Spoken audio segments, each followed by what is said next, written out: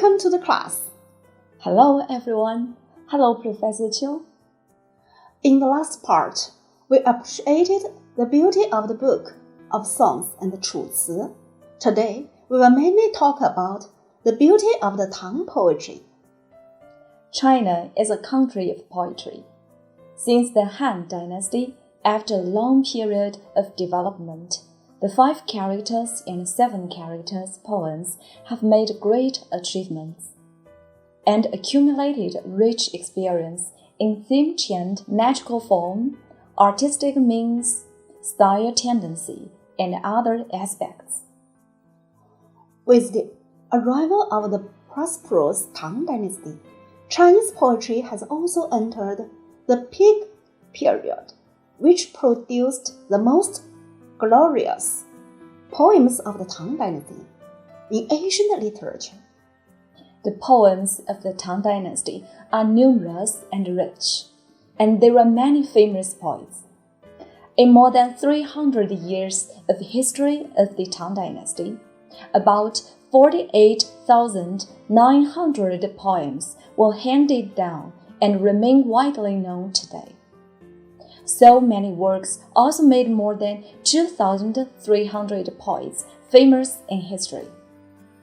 As far as the writing technique is concerned, the Tang poetry combined realism and romanticism. In form, poetry of the Tang Dynasty contained 4-line and 8-line verse, with 5 or 7 characters in each line. Moreover, modern style poetry, which is regular and polished, also appeared in the Tang Dynasty. The development of poems of the Tang Dynasty can be divided into 4 periods, namely the early Tang Dynasty, the prosperous Tang Dynasty, the middle Tang Dynasty, and the late Tang Dynasty. From the perspective of Chinese poetry history, the emergence of the universe consciousness is in the early Tang Dynasty poetry. The consciousness of the universe refers to the subjective experience of human beings when facing the phenomenon of the universe and the display of the eternity, infinite, and short life.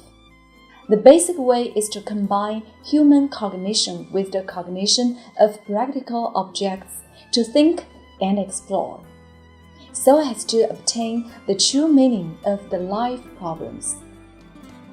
The most famous poem in the early Tang Dynasty is A Moonlit Night on the Spring River by Zhang Ruoxu. This poem is considered as the poem of overwhelming the whole Tang Dynasty. This poem emphasizes that the spirit of people in the early Tang Dynasty has a kind of unprecedented vastness, which began to extend in space and time.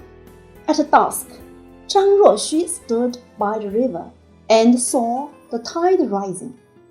Suddenly, there was a lot of emotion. In the first sentence, the "in spring the river" describes the feeling that the river is especially surging in spring. As high as the sea means that the tide is connected with the sea. The sea in the second sentence is the expansion of his life experience, because he is not at the seaside. With this vigorous sense of space, the poet expanded his life field. In the second sentence, he makes a 3-dimensional expansion, and the moon on the sea rises with the tide. So, the first sentence is close to painting, and the second sentence is close to sculpture, which is the pursuit of greater space. And where the river flows, there overflows her light is a natural state of the universe, not from the perspective of human beings. The author abstracts from the perspective of human beings and cares from the perspective of the universe. The angle of universe is the real angle of poetry in early Tang Dynasty, his body like our body. occupies only a very small space in the universe, but this space can be expanded by literature and life experience. The prosperous Tang Dynasty refers to the 50 years of Tang Xuanzong's 开元 and Tianbao periods, during which Tang poetry flourished in an all-round way. Because of the prosperity of the country and the stability of the society, poets can realize their pursuit of life in many ways. Some poets hoping to show their ambition by joining the army and making contributions. Other poets appeared as hermits and became quiet retreaters, hoping to live in seclusion in the mountains to obtain the peace of life and mood.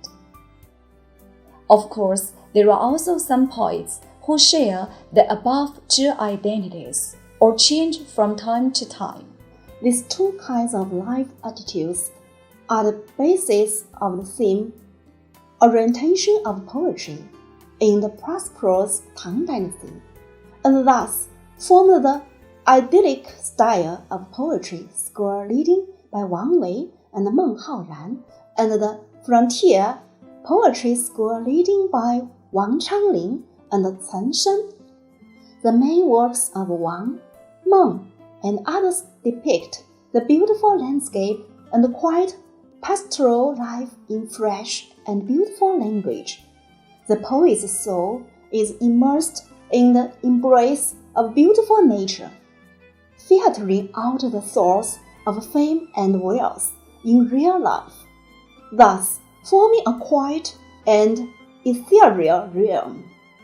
Wangchuan pastoral in Wang Wei's poems and Xiangyang landscape in Meng Haoran's poems have actually been sublimated into an aesthetic mood, which is the artistic accumulation of the Chinese nation's national psychology of loving nature and attaching importance to the harmonious relationship between man and nature. Wang Wei has reached the peak of ancient Chinese, the idyllic style of poetry. The Tale of Saying Birds is one of them. The Tale of Saying Birds by Wang Wei.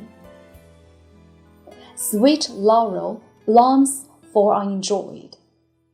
Vague hills dissolve into night void. The moonrise startles birds to sing. Their twitters fill the dale with spring. The first line skillfully links that a person in idleness with flowers falling, which have nothing to do with one another. Sweet osmanthus tree is a mass of branches and leaves, but its petals are tiny, whose falling is noiseless and hard to be perceived. Only when one is carefree and observes quietly can he see their falling. Therefore, the first line reveals that the poem is calm and delighted without any worry in his mind, and there is nothing disturbing around him. The second line stresses the tranquility of the mountains at night. The character calm, empty, has two implications. One is to convey that all is quiet and still, without any noise.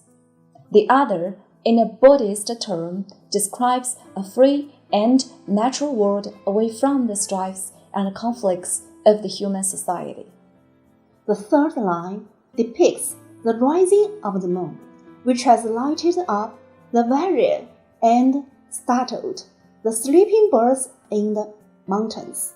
The use of the character Jing, startle, which displaying the bright and clear moonlight and the completely different scenes in the valley shortly before and after the rising of the moon. The last line ends with the birds singing, which corresponds to the title of the poem, portraying and enchanting scenes with motion in quietness. The entire poem integrates the mountains, the moon, the birds, and the people so naturally, and the scene of quietness in motion is described so vividly that the reader feels as if he were participating in and enjoying the scene himself. 孟浩然, as well as Wang Wei, was a representative writer of idyllic style of poetry school in the Tang Dynasty. Most of his poems were about mountains and rivers, or about the landscapes he saw during his travels, or about the natural scenery of his hometown. Among them, the feelings of loneliness are mixed with the feelings of frustration, and the feelings of homesickness are mixed with the scenes of self-entertainment, such as passing the night on a river in Jiande to Prime Minister Zhang from the bank of Dongting Lake, visiting an old friend's cottage, and so on. On the other hand, the main works of Wang, Chen, and others take the border wall of the Tang Empire as the object of expression. The poets described the strange scenery of the northern desert, created the heroic image of the frontier soldiers, and also expressed the life idea of defending the motherland and establishing the military service. The ideological tendency and emotional connotation of the frontier poems in the prosperous Tang Dynasty are complex. The poets not only praise the war of self-defense against aggression, but also accuse the war of interfering and destroying the people's peaceful life. Wang Changling was renowned for his poems during his lifetime. He was skilled in quatrains. Among his poems, those depicting the frontier and army life were most notable, such as On the Frontier. On the Frontier by Wang Changling. The moon still shines on mountain passes as of yore. How many guardsmen of the Great Wall are no more? If the flying general were still there in command, no tattered horses would dare to invade our land. In the first line, the poet uses two images, the age-old moon and the ancient passes. The moon and the passes had been there since the Qing and the Han Dynasty. By the time he wrote the poem, more than 800 years had passed. During the 800 years, the soldiers who garrisoned the border were far away from their hometown and their parents. Only the bright moon, the mountains, and rivers kept them company every day. They risked their lives to go to the campaigns all over the country, and many of them died on the battlefield and couldn't see their family members any longer. In the third and fourth lines, the poet uses hypotheses to express his mixed feelings. Through his praise and longing for the famous ancient General Li Guang, the poet expressed his deep love for his country and his strong will of fighting heroically. A comprehensively study of the poem shows that the mood of the poet was sad but not angry, distressed but not regretful, sensational but encouraging. The frontier fortress poetry in the prosperous Tang Dynasty has its unique aesthetic style, which includes majestic, unrestrained, romantic, solemn, magnificent, and so on. On the one hand, the cruelty of the war and the harsh environment were presented by means of exaggeration and contrast, such as 战士军前半生死, which means the soldiers fought with the enemy on the battlefield, wondering whether they were going to die or not. And 孤城落日斗兵稀, which means at sunset the town was lonely and the soldiers were fighting less and less. But on the other hand, the frontier fortress poems highlight the great spiritual strength of people in the face of war, such as 不破楼兰终不还, which means somebody vowed not to come back unless he defeated Lou Lan's enemies. Yes, these two aspects are not only opposite, but also unified. The tension generated by this unity makes the poem never lose its charm. The lofty feeling permitted in the poem has become the strongest voice of the Chinese culture, lasting for thousands of years. The spiritual outlook, full of romantic atmosphere and ideal color, is reflected in the poetry of the prosperous Tang Dynasty. Li Bai is the most outstanding representative of the prosperous Tang Dynasty. Li Bai, with his complex thoughts, rich emotions, and diversified life pursuit and amazing talent, became the most dazzling star in the poetry world of the prosperous Tang Dynasty. During Li Bai's life, his talents were unrecognized in his official career, with his lofty aspirations unrealized, but his poems reached the summit of romantic poetry from Qu Yuan up to modern times. His poems are ones full of power and grandeur, with a lively and inflected fancy, beautiful and natural language, and the melody is harmonious and smooth. The poetry of Li Bai is full of passion and imagination, which has both spectacular scenery and natural artistic conception. Du Fu's comment on Li Bai's poems, write down by pen, even the wind and the rain have also been shocked by it. And poetry has just been finished. Even the ghosts and spirits have been touched by it. It is undoubtedly the most effective summary of the aesthetic characteristics and artistic characteristics of Li Bai's poems. Yes, take the poems In the Still of the Night and Cataract on Mountain Lu as examples. They use the bold parallelism, exaggeration, and rich imagination. In particular, the poem A Visit to Sky Mother Mountain in a Dream has the most prominent romanticism. In his dream, the poet developed bold imagination to depict surreal imaginations, such as the lustre scene in the sky, the sun rising from the sea.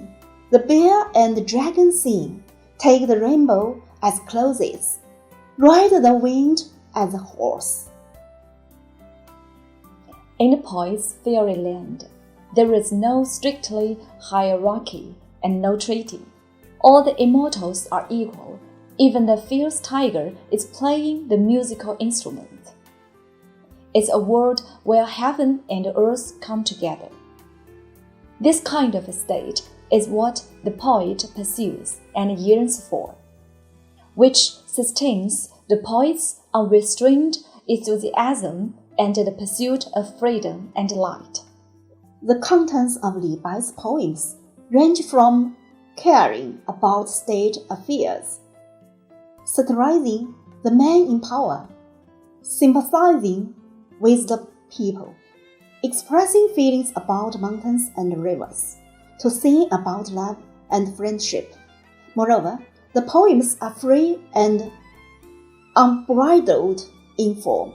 For example, there are miscellaneous words with different lengths in the 7-character poems, which make the expression of feelings more true and accurate, such as Farewell to Uncle Yun, Imperial Librarian at Xie Tiao's Pavilion in Xuanzhou, Farewell to Uncle Yun, Imperial Librarian at Xie Tiao's Pavilion in Xuanzhou by Li Bai. What left me yesterday can be retained no more. What troubles me today is the times I deplore. For miles and miles, the autumn breeze blows away the wild geese. Let us drink our cups dry in the pavilion high, like the prince of poets writing in fairy Aesop, and Zhongye Xie in his clear and spirited style. We have the same idea, to fly up to the moon in the blue sky, but one we cut water with sword, still it will flow. One we drink, to lighten grief, heavier it will grow. If in this world we cannot drown our sorrow, then sail a boat with loosened hair tomorrow. In irregular lines and full of depression, taking the opportunity of giving a farewell dinner, Li Bai expressed a sigh over his unrecognized talents and his dispirited attitude. The line, "We've taken down the sun and the moon from the sky," showed his great ambitions. But the result was, "We despair of all human affairs." He was frustrated in politics and his official career, and was even banished to Yelang. The extreme misfortune made him write, "What left me yesterday can be retained no more. What troubles me today is the times for which I feel sore." He expressed the same feeling in no line. "Drink wine to draw your sorrow, it will heavier grow." As in the line, "Cut running water with a sword, it will faster flow." It was no use drinking. Instead, it made him even more worried. Loosened here shows that he was defiant of convention and not niggly. In a boat conveys that he would switch his feelings to mountains and rivers and rove all over the world. It shows that the poet changed his attitude and became pessimistic. The poem is more of a lyric than a farewell poem, and the author takes it to his heart's content. Almost every sentence of the whole poem is the essence, which is quite praised by later generations. This is the reason why Li Bai, the arrogant and unruly poet immortal, is loved by the Chinese people. Du Fu, a great poet as famous as Li Bai, was also deeply influenced by the romantic atmosphere in the poetry circle of the prosperous Tang Dynasty in his youth, but he soon separated from that group of romantic poets. Du Fu profoundly and comprehensively reflected the real life with his sober insight and positive spirit of drawing the political stratum. We will continue the discussion next class. That's all for today. Thank you for watching. See you next time.